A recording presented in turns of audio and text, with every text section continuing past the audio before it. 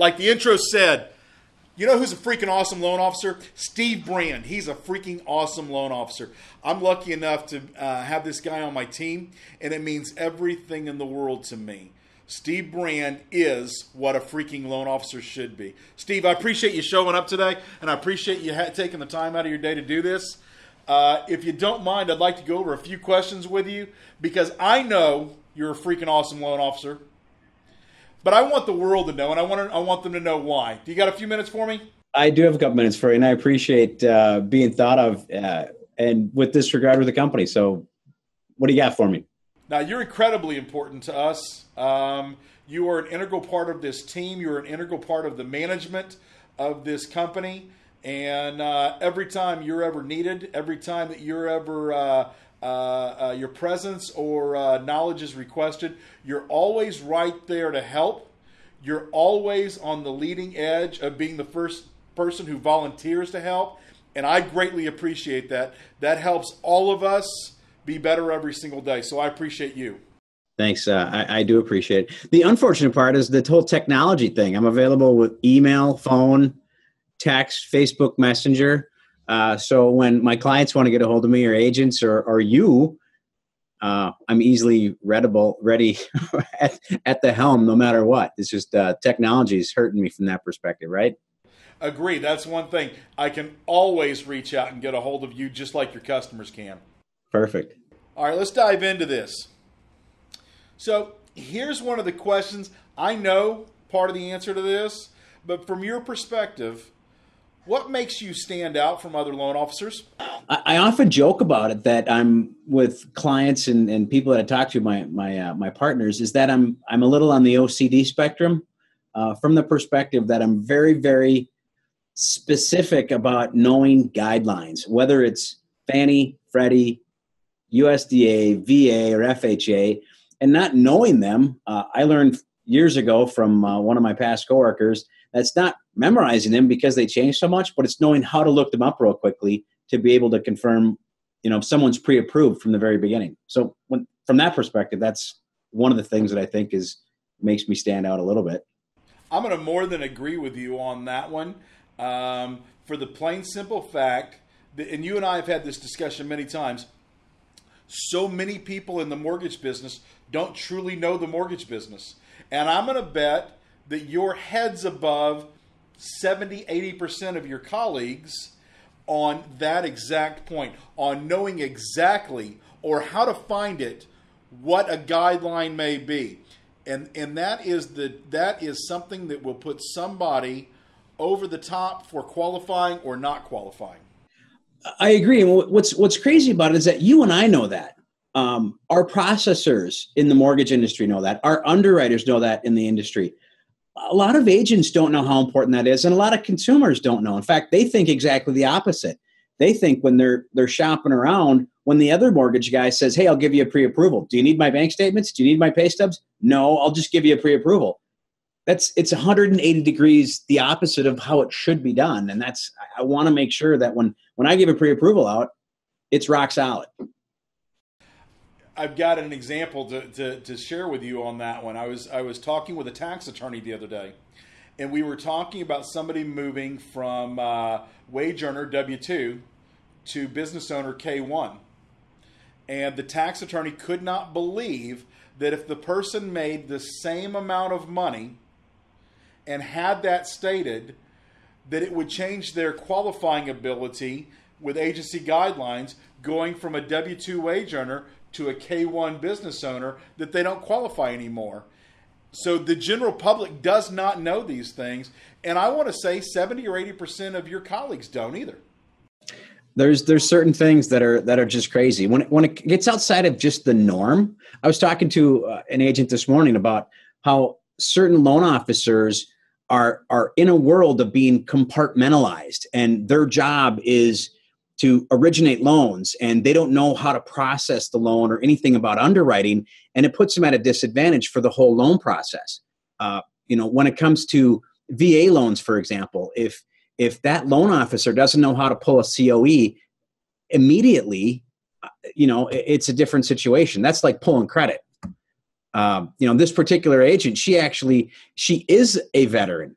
And she actually is 3 or 4 weeks into a transaction and the COE was never ordered. She's pre-approved, under contract, and now they're starting to order their certificate of eligibility. And she's an agent. This was her number one mortgage guy.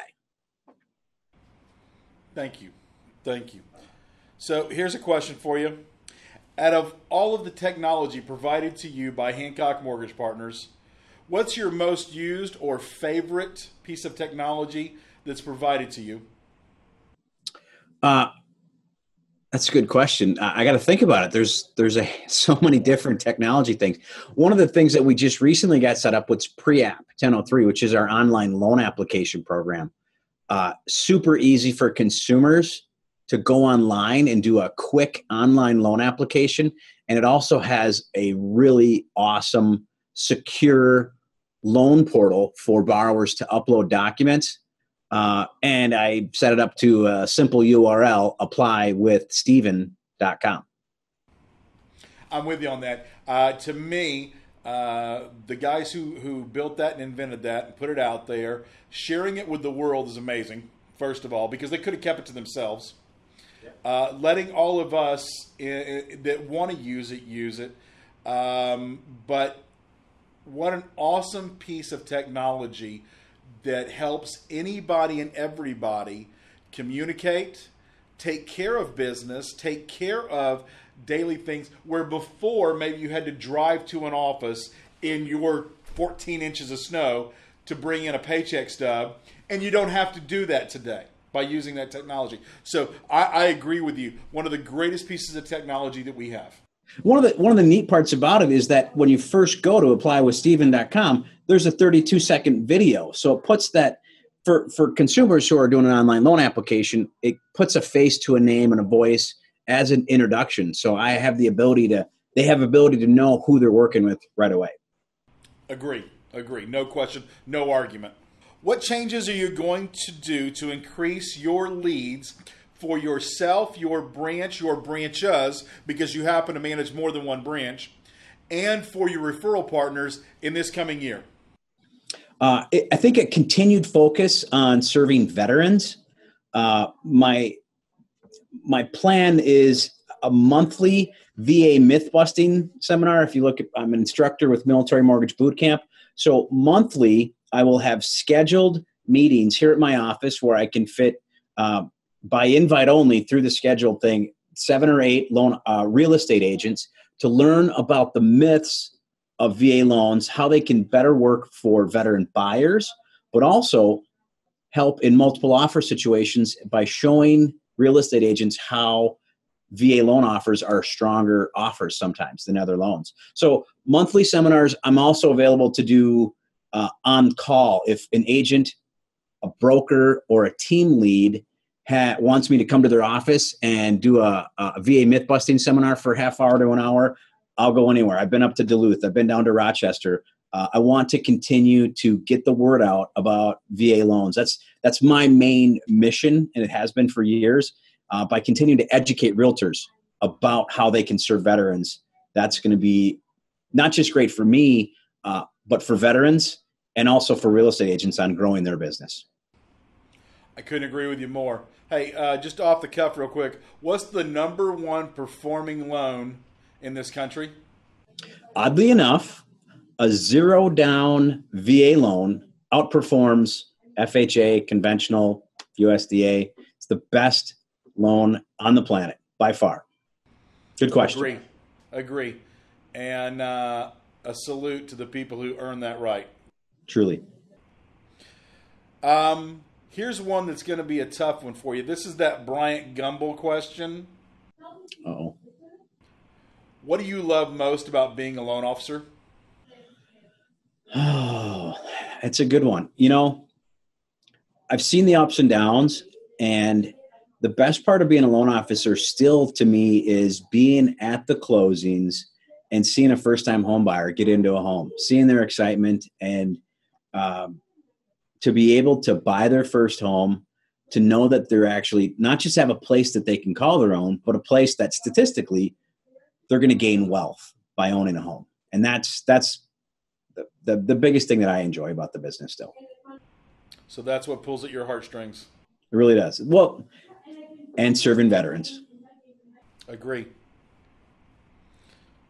Here's one for you, and this may be a little bit self-serving, but this is something that's important to me, and I know it's important to you. And the reason I know it's important to you is because, like I said before, you're an integral part of the management here at Hancock Mortgage Partners. What do you love about working at HMP? HMP being Hancock Mortgage Partners.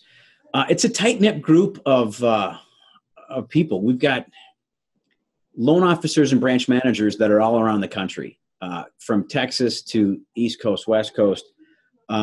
Everybody is family. When we need help with scenarios, with marketing, with dealing with specific situations, everybody's got my back. From my at Hancock to the underwriters, to our closers, to our underwriters, to our other loan originators. Right now, we're not a huge, I'll say, movement mortgage type company with 1,500, 2,000 loan originators. Keeping it relatively small allows us to be able to know everybody by name and by face, and really help each other out. That's my biggest thing about what I love about Hancock. I agree with you. That's something that's done by design, and it's actually part of my everyday enjoyment. Here's one for you, and I know the answer to this one, and if you want to expand on this one, I think you should. Is the answer pool? I think so. To me it is, because there's one thing that I know is I don't know anyone who was sitting in their sophomore class in high school and said, I can hardly wait to get out of high school so I can be a loan officer. So here's the question. Did you always want to be a mortgage loan officer? If so, why? If no, what were you pursuing before this? Okay. I grew up on a farm in Farmington, Minnesota. I think that's where I got the work ethic from my parents. But when I went to college, I actually worked for a company where I sold books door to door for 80 hours a week. And I did that for 5 summers during the school to pay for college. What I learned was I wanted to be in sales. I wanted to be in a commission type position where I knew that the more I put into something, the more I would get out of it. And the harder that I worked, the better that I would do. And I've been doing loans now for almost 17 years. And that's what I've learned, is by continuing to work hard for not just my borrowers, but also the partners that I work with to help them with their business, that it's a never ending cycle. Does that answer your question? Yeah, that's exactly what it was. The only thing that I thought you may throw in there is how you had been in a few different businesses, including apparel and things like that. But no, that's exactly what I wanted to hear. That's exactly what the truth is. Sure. Okay. What is one piece of advice you would give to someone looking to purchase not only a home, but maybe their first home or their forever home? I've heard someone say that when it comes to, good question. A lot of times when people shop around for mortgages, what I've found is that they're shopping around because they want to get the best rate and the best fees. Subconsciously, they're shopping around because they don't want to get screwed. And from my knowledge of seeing the mortgage industry change with subprime loans going away, for the most part, everyone's got the same interest rates or very similar interest rates and closing costs. So now it's going with someone that you can trust, not just going with someone who can save you $100 from a quote that it's not locked in. So from that perspective, it's really being able to work with someone local who you trust, who an agent can give you a good referral for someone who's been around, knows the local market. Is that the answer that you're looking for, or that question? All right. So I completely agree with you on where people may talk to too many mortgage guys, may talk to too many loan officers. Here's one of the things a great friend of mine, Dale Vermillion, told me a long time ago. Right now, and I think Barry Habib would back this up, right now, everybody is within an eighth or a quarter of each other in pricing, no matter what. So the amount of time that you spend wasting trying to find who has the best rate, the best pricing, the best fees, by the time you find that person doesn't have the best rate, best fees anymore. So in general, we're all within a few pennies, few dollars of our competitors. Correct. So what I'm hearing you say is what the individual that's getting ready to buy their first home, getting ready to buy their forever home, what they need to concentrate on is someone that they like, they can know, and they can trust. Is that accurate? Without a shadow of a doubt.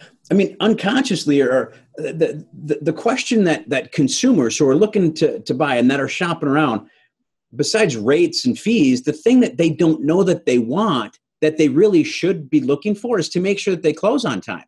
And that's why a personal referral is better than the rocket dude online who's sitting at a cubicle in San Antonio or California who's quoting rates and has no idea when property taxes are paid in Minnesota on May 15th and October 15th and how to set up escrow accounts. Stuff like that. And yesterday he could have been a salesperson at Macy's or a greeter at Walmart. I've seen it happen. Yep. So here's the question that's the Bryant Gumbel trying to make you shed a tear. And it's completely impromptu, completely unknown to you. And it's something that I know about you, but I don't know if everybody in the country, all of your colleagues, all of your peers know this about you. And I want to bring this out. So I've known you for quite some time. My understanding is you did not serve in the military. I did not. But I do know that you spend a great amount of every day of your life trying and gaining the respect of the U.S. veteran. And I know how important it is to you to help these guys, these ladies, these gentlemen. Tell me why that's so important to you. It's a good question. I had grandparents, uncles who served in the military. It's more and more that I learn about veterans, and the statistics are what really drives me crazy. I learned that between 46 and 48% of all veterans who actually get a mortgage are not put into a VA loan. And it was about 5 years ago or 6 years ago when I had a borrower in front of me and was introducing them to just a conventional loan with, I think we were doing 5 or 10% down, and I was talking about mortgage insurance options. He stood up, poked me in the chest. He was a big dude, by the way, and he said, "I want my VA loan." He was a Marine, and it was important to him to get the VA loan because he deserved it. Now, when I started digging in, I found out how important and the information about the VA loan and how strong it was.